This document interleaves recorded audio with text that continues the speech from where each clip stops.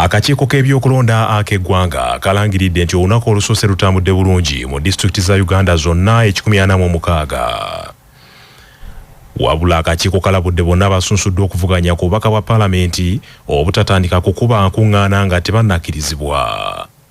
Akakiiko ako kassaawo ennaku 2 ez'okubirako ez'okusunsulirako abaagala okuvuganya ku bubaka bwa paalamenti olwaleero nga 22 n'enkya nga 23 omwezi ogw'ekkumi, era enteekateeka eneekomeekerezebwa lunaku lwankya. Omwogezi w'akakiiko k'ebyokulonda mu ggwanga Julius Muchunguzi ategeeza nti okwetooloola eggwanga tebafunye nnyo okusoomoozebwa, era asabye n'abagenda okujja olunaku lw'enkya bakuume empisa. Julius Muchunguzi agambye nti wabaddewo abataakoleddwako olw'ebiwandiiko byabwe ebirimu ebirumira eby'enjawulo, wabula abasabiddwa babitereeze bakomewo olunaku lw'enkya. Mu ngeri emu ajjukizza abasunsuddwa bonna nti tebannakkirizibwa kukuba nkuŋŋaana okutuusa ng'ennaku z'omwezi 10 omwezi ogujja. Reports akakiiko k'ebyokulonda ze kafunye okuva mu bakozi baako okwetooloola eggwanga lyonna ku lunaku olusoose olw'okusunsulamu n'okuwandiisa abo abaagala okwesimbawo ku bwami mu paalamenti ziraga nti puroguramu eno activity eno etambudde bulungi okwetooloola eggwanga lyonna mu districts ne cities 146 awamu n'abo abazze ku kitebe ekikulu eky'akakiiko k'ebyokulonda wali ku 7th Street Industrial Area, era akakiiko kaagala okuyozaayoza abo abamaze okusunsulwamu ku lunaku luno olusoose nti muyogayoge nti era kabeebaza okukuuma emirembe. Okusinziira ku kakiiko k'ebyokulonda, abantu 53 be basunsuddwa okukiikirira ebibinja eby'enkizo okuli abavubuka, abakozi, abakadde n'abakiikirira abaliko obulemu. Ate ebyo nga bikyali bityo mu disitulikiti y'e Kampala, abantu 46 be basunsuddwa okuvuganya ku bifo eby'enjawulo eby'obubaka bwa paalamenti. Okusinziira kwa vunaanyizibwa ku byokulonda mu disitulikiti y'e Kampala Rashid Hasacha, Makindye East yeesinzeemu abeesimbyewo abangi ng'ereese abantu 11, ng'eddiriddwa ekitundu ekya Nakawa East, olwo Central Division n'ekwata Kyakusatu nga yeereese abantu 8. Ate ebitundu ebirala okuli Makindye West evuddeyo abantu 5, ate Kawempe South evuddeyo abantu 4, Lubaga South abantu 3, Lubaga North 2, Kawempe North 2 ne Nakawa West omuntu omu. Abamu ku basunsuddwa olwaleero kuliko omukulembeze w'oludda oluvuganya gavumenti mu paalamenti Joel Besekezi Ssennyonyi ng'onayagala kuddamu okulondebwa avuganye ku kifo ky'omubaka wa paalamenti. Ayagala kuddamu okulondebwa okukiikirira abantu ba Nakawa West mu paalamenti. Julia Muhumuza avuganya ku kifo ky'omubaka wa paalamenti omukyalo w'avubuka. Muna NRM Farida Nambi ayagala ekifo ky'omubaka wa paalamenti wa Kawempe North. Dr. Diana Kitonsa ayagala ekifo ky'omubaka wa paalamenti wa Lubaga North. Haji Ntege Faruku ayagala ekya Makindye West. Shamimu Nafuma ayagala eky'omubaka omukyalo wa Kampala. Jali ya Muhumuza avuganya ku kifo ky'omubaka omukyala akiikirira abavubuka.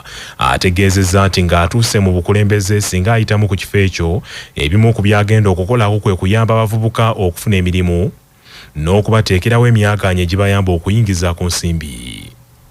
Nengo omulamwa guli gumu tulabe tutya nga tukwasaganya amaanyi ng'abavubuka obutaleka muvubuka yenna mabega. Kitandikira tulina already programs za government eziri mu pipeline, ezimu ze bafulumiza nga skilling hubs nenga zitwala abavubuka 2 buli myezi. Ye Farida Nambi avuganya ku kifo ky'omubaka wa paalamenti wa Kawempe North ategeezezza nti agenda kunoonya buli kanyomero akalimu ensimbi ezinayambako okukyusa obulamu bw'abavubuka mu bitundu eby'enjawulo n'abantu b'e Kawempe North. Ate Dr. Diana Kitonsa ategeezezza nti mwetegefu nnyo okwongera okukuuma obumu mu bantu b'e Kampala era n'okunyweza ebikwatagana n'enkulaakulana mu kitundu ekyo, so nga ye Haji Ntege asuubiza nti agenda kututumula ebyobulamu mu kitundu kyakiikirira, okunyweza emiramu okutambulizibwa ebyemizannyo wamu n'ebyenkulaakulana. The Honorable Nambi Farida zize bakandidate wa NRM e Kawempe North constituency. Njagala okwebaza Mukama Katonda antambuza okutuuka ku lunaku olwaleero, era nina essanyu n'essuubi abantu banga Kawempe North balaze omukwano era nabo bajja kundako omukwano olunaku luli. Dr. Diana Kitonsa nga ndi muzzukulu wa Nankiri. Leero nsunsuddwa okulaga bannalubaga North tinja kusobola obbaweereza era nina kapasite ebaweereza ku Ssemasonga 5 kwesiva kate waliwo kadde kakumala biseera tugenda kutandika kukola mirimu era gwali eyo ng'olowooza nti ogenda kwetantala okudda mu maaso ga Hajji Ntege Farouk weerimbye. Mu disitulikiti y'Essembabule abantu 21 basunsuddwa akakiiko k'ebyokulonda okuvuganya ku bubaka bwa paalamenti ku lunaku olusoose. Avunaanyizibwa ku byokulonda mu disitulikiti y'Essembabule Gracious Aliza agambye nti olunaku lwatambulidde bulungi ddala era abantu bakutte obudde. Bafuna abantu 29 abajjayo empapula z'okwewandiisa naye abakomezayo empapula leero babadde 21 mbadde mwabaye NRM 5 embeeramu banamunigina 7 embeeramu abanupu 4 embeeramu aba Democratic Front 3 FDC 1 ne DP 1. Ate mu disitulikiti y'Empigi abantu 13 be basunsuddwa okuvuganya ku bubaka bwa paalamenti mu constituency 2 ezikola disitulikiti eyo. Akulira akakiiko k'ebyokulonda mu disitulikiti y'Empigi Everest Twino Mujuni alabudde abasunsuddwa nti tebakemebwa ne bakuba enkuŋŋaana ng'akakiiko k'ebyokulonda tekannabakkiriza. Abamu ku basunsuddwa ku bifo eby'enjawulo mu disitulikiti y'Empigi kuliko John Bosco Lubyayi Seguya ng'ono ayagala kifo kya mpaka paalamenti wa Mawokota South era ng'ajjidde ku kabonero ak'enju. John Bosco Lubyayi Seguya agambye nti we yakoma ku mulundi guli ng'akyali mubaka wa paalamenti wa Mawokota South wagenda okutandikira. Twabaddewo ebbanga eddene ne tumanya nti ng'oyagala okuweereza abantu si kye kyokka ekikola osobola okuweereza abantu ng'oli bwa nnamunigina ate bonna n'obagatta lumu kubanga BNRM osobola okubaweereza abanuupu ab'FDC ab'omuti n'abalala so nolwekyo eyo si nsonga nnene ate era constitution eri very clear ku ekyo omuntu osobola okuyimirira wekka ate n'oweereza abantu. Ate Hajjati nakasiba nti Aisha Kaloddo ayagala ekifo ky'omubaka wa paalamenti omukyalo wa disitulikiti y'Empigi ng'ajjidde kabonero ak'entebe yeeyamye okutumbula ebyenjigiriza n'okuyamba abavubuka. Tugamba nti tusimbudde nzizaako okugenda okunnyonnyola abantu bange biki bye tugenda okukola mu buweereza buno bwe tusaba. Ekimpaliriza okujja okwesimbawo nziza okwogera ku byenjigiriza ng'ensonga enkulu ennyo okutegeeza abazadde abasomesa ne gavumenti n'eggwanga lyonna okutwaliza wamu nti ensonga y'okuyigiriza oba ey'okusoma ekwata ku buli omu tuleme girekera muntu omu fetwesuleyo gwa naggamba. Mu balala abasunsuddwa mu disitulikiti y'Empigi kuliko Aisha Mulungi Azenga Namunigina, Sara Nakawunde Temulanda n'abalala. Ate mu disitulikiti y'e Butambala abantu 4 be basunsuddwa ku bifo eby'enjawulo era nabo beeyamye nti bagenda kuweereza bulungi bannabutambala nga babalonze. Godfrey Bavekuno Mafumu Kyeswa akutte bendera y'ekibiina ky'NRM ku kifo ky'omubaka wa paalamenti wa Butambala agambye nti Butambala ebadde mu buwambe ebbanga lya myaka 20 nti wabula ng'ababaka abaliyo nti nga n'ababaka abaliyo tebakola era ne yeeyama nti agenda kusakira bannabutambala. Olusawo luno lwenzizeemu nate lwakulaba nga luzza Butambala ku ntikko obulyake bukutte akati wano ng'ate memba wa paalamenti omulimu mu kusooka kuyisa amateeka okulobinga ssente kunoonya gye ziri. Ate y'omulongo Nakato Nuula akwatidde NRM bendera ku kifo ky'omubaka omukyalo wa Butambala naye yeeyamye nti agenda kusakira bannabutambala naddala mu by'enguudo n'ebyobulamu. Mu ngeri emu akulira akakiiko k'ebyokulonda mu disitulikiti y'Emityana Charles Rebero alabudde abagenda okujja okusunsula olunaku lw'enkya nti bateeketeeke ebyetaagisa ng'obudde bukyali obutamalira abantu biseera. Omusasi waffe James Kaana Sebuguzi kabituwe.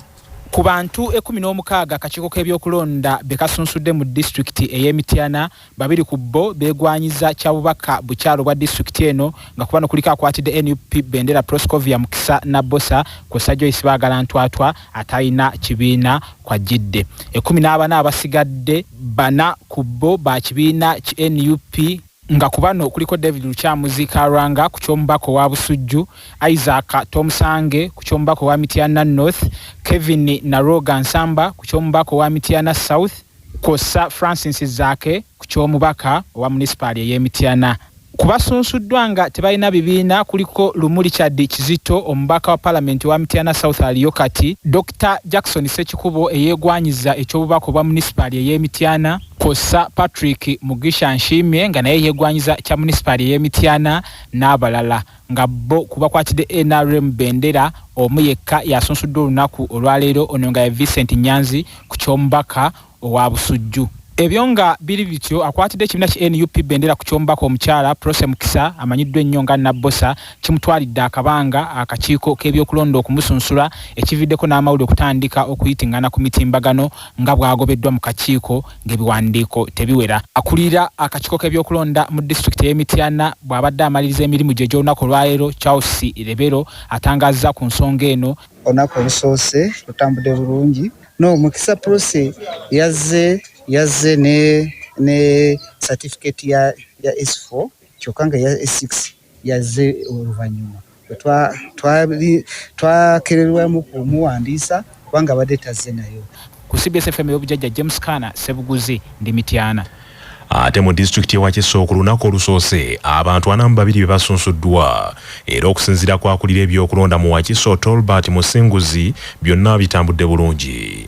Omusasi waffe Ssaalongo Charles Kawuma Masembe alina ebisingawo. Omugatte abantu 42 okuva mu constituencies ennya ogatteko n'ey'omukazi ye woman MP ze twakozeeko leero twafunyeeyo okusoomoozebwa kwonna. Bacandidates bonna babadde bakakkamu babadde bampisa ate ngenda kusaba n'abo abagenda kujanca tweyise bwe tutyo. Oyo yakulira ebyokulonda mu disitulikiti y'e Wakiso Robert Musinguzi. Enansana bawedde ddala 10 okuliko Zambaali agide ku Nuupu, Kintu Florence, Mutebirabathan, Musoke Joseph, Musoke Hamisi Walusimbi ne Inginiya Kaweesa Steven bonna nga bajeze ku bannamunigina. Ate ne Mugagga Idi Matovu w'NRM, Mulindwa Fred azze ku bannamunigina, ate ne Kaija Howard agide ku FF. Kaija nga munnabyanfuna azze okulaba nga Nansana ofuna omugabo gwayo ku National Cake. Lubowa Henry owa DF agambye nti ye kyatunulira ennyo kwe kuba nti Nansana erimu abantu bangi basasula omusolo mungi ate ekyakabi nti obugiddizibwa bwe butono. Nansana embeera y'amazzi mbi nnyo nti abantu tebalina mazzi mayonjo. Katabala Franka Ibrahim Semujunganda owa PFF yagambye nti kiseena mu Parliament abantu bamanyi China okubakolera. Omulimu gwa Parliament guli mu Constitution ya Uganda era tiriyo mbaka wa Parliament ayinza kwewa mirimo kuyisa budget kugigoberera kuyisa mateeka na kukiikirira abantu. Emirimu egyo ngikoze buli omu n'amatira siina mukubuusabuusa nti abekire emirimu egyo ngikoze balaba. Makinde Sabagabo bazze mukaaga okuli Birungi Rebecca owa DP, Kula Joshua PFF, Serukenya David owa NUP, Isaac Muzeyi owa FDC, Nsamba Javira wa Communist Party, Neutaya Akram agize ku bannamunigina. Lwakya Basaka Omasembe wano e Wakiso mu Busiro. Ate mu disitulikiti y'e Bukomansimbi obuzibidde olwaleero ng'abantu 22 basunsuddwa nga ku bana abeegwanyiza ekifo ky'omubaka omukyala akubaddeko 6, abeegwanyiza ekifo ky'omubaka owa Bukomansimbi North nabwe buzibidde nga bawezi 7, ate abeegwanyiza eky'omubaka wa Bukomansimbi South nabo olwaleero babadde 7. Ani Namatovu akulira akakiiko k'ebyokulonda mu disitulikiti y'e Bukomansimbi ategeezezza nti abantu bajjumbidde. Being the returning officer for Bukomansimbi Electoral District, pursuant to the Parliamentary Elections Act, CAB 177, declare Kalemba Geoffrey Solo duly nominated as a candidate to contest for election as Member of Parliament for Bukomansimbi South Constituency in Bukomansimbi District. Mu mbeera y'emu n'abeegwanyiza ebifo by'abaka ba Paalamenti mu Bendobendo ly'e Busoga nabo basunsuddwa ng'ekamuli omumyuka asooka wa Ssaabaminisita Rebecca Alitwala Kadaaga yeebazizza obuwagizi obumuweereddwa abantu mu kitundu ekyo n'asuubiza okutuukiriza ebikyasigalidde. Mu lukwenda okumanya byetugenda okola ndikusuubira nti ekisanza kino tulina okutandika ate tumaliriza oluguudo oluva ku Anvakoti olubita Nankandulo, Mbulamuti, Kamuli, Balawuli, Ndolwa, Iringa up to Bukungu olujja ku ferry daife ku ship daife ejja okubanga Nankanijo.